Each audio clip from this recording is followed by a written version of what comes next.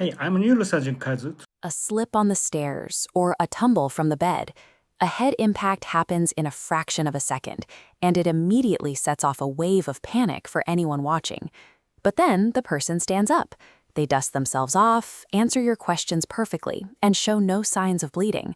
That immediate sense of relief is often the most dangerous part of the injury. Doctors call this the lucid interval, a deceptive period of apparent wellness, where a patient looks healthy while a life-threatening problem develops inside the skull. External appearances can deceive. While the person on the left acts normally, the right side shows blood steadily pooling between the bone and brain. Because the skull cannot expand, this growing volume of blood applies constant, increasing pressure directly onto the brain tissue. This physiological process takes time to manifest. Relying on how a patient feels in the first 30 minutes misses the window where that pressure reaches a critical, fatal mass. To decide between home care and the emergency room, we have to eliminate guesswork. We must evaluate the injury using the same rigid triage matrix used by neurosurgeons. That matrix relies on 3 specific criteria: the patient's demographics, the raw physics of the hit, and specific red flag symptoms. Correctly applying these rules requires treating every head impact as a potential emergency until the evidence proves it is safe. The time saved by avoiding the ER today is often traded for a catastrophic loss of consciousness hours later, all due to the delayed effects of a lucid interval. The first filter in the triage matrix evaluates exactly who sustained the injury. This path directs our attention to the highest risk group for catastrophic internal bleeding: elderly patients. The primary risk factor is daily blood thinners, prescribed for strokes or heart attacks. These medications disable the body's ability to patch internal vascular tears. While a healthy system clots rapidly, thinned blood continues pooling, turning a small bump into a fatal hemorrhage. If the patient takes blood thinners, the wait and see option is off the table. You must go to the emergency room immediately, regardless of how minor the impact seems. If the patient clears the medication check, we move to the second filter, calculating the kinetic energy transferred during the hit. The flowchart now branches into the mechanism of injury. We are looking for specific physical thresholds that automatically indicate high-risk status.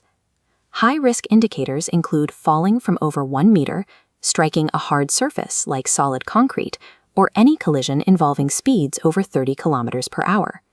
Forces of this magnitude, such as those in a bicycle crash, create structural whiplash.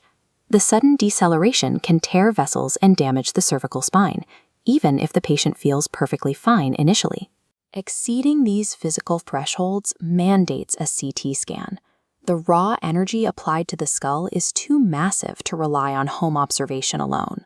For low-speed minor trips, we apply the final filter: physical symptoms drawn from the Canadian CT head roll. This third branch highlights 4 clinical signs that indicate the brain is physically being compressed. These red flags are repeated vomiting, a headache that grows increasingly severe, a loss of short-term memory, or any numbness and weakness in the limbs. If even one of these symptoms appears, you must go to the ER immediately. Any of these red flag signs completely overrules all previous clearances. They serve as real-time physical proof of dangerous, traumatic brain compression. If the patient passes all 3 triage filters and you choose to monitor them at home, you must follow a specific medical protocol. Wait and see is an active 24-hour observation duty.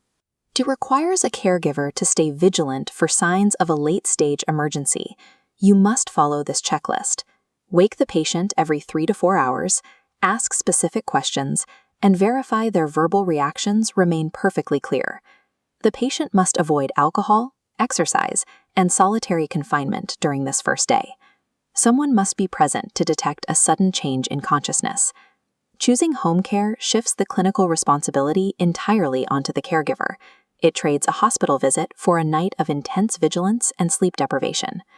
A hidden danger can still emerge weeks after a minor bump clears the initial 24-hour observation window. This condition, common in the elderly, is known as a chronic subdural hematoma. On this timeline, we see a minor fall at day 1. The danger zone actually peaks much later, between week 4 and week 8. During this period, a slow pooling mass of blood begins to manifest as mental confusion, a sluggish gait, or sudden urinary incontinence. Because of the long delay, families often mistake these physical symptoms for the rapid onset of dementia. This confusion is caused by a localized pocket of old blood physically pressing on the brain. Surgeons can often resolve this completely by making a small opening in the skull to drain the fluid. Success depends on the caregiver recording the months-old fall to the doctor, remembering that minor impact is what secures the necessary life-saving scan. Immediate ER visits are mandatory for high-impact hits, red flag symptoms, or patients on blood thinners. All other impacts require a strict 24-hour watch. This decision tree provides a clear protocol to replace panic with objective medical logic. However, the most effective strategy for managing head trauma is engineering an environment where these falls never occur. You can reduce the risk of impact by securing loose rugs, clearing walkway cords, and installing automatic nightlights on the route to the bathroom. Knowing when to go to the hospital is vital, but preventing the fall in the first place is the most important treatment you can provide.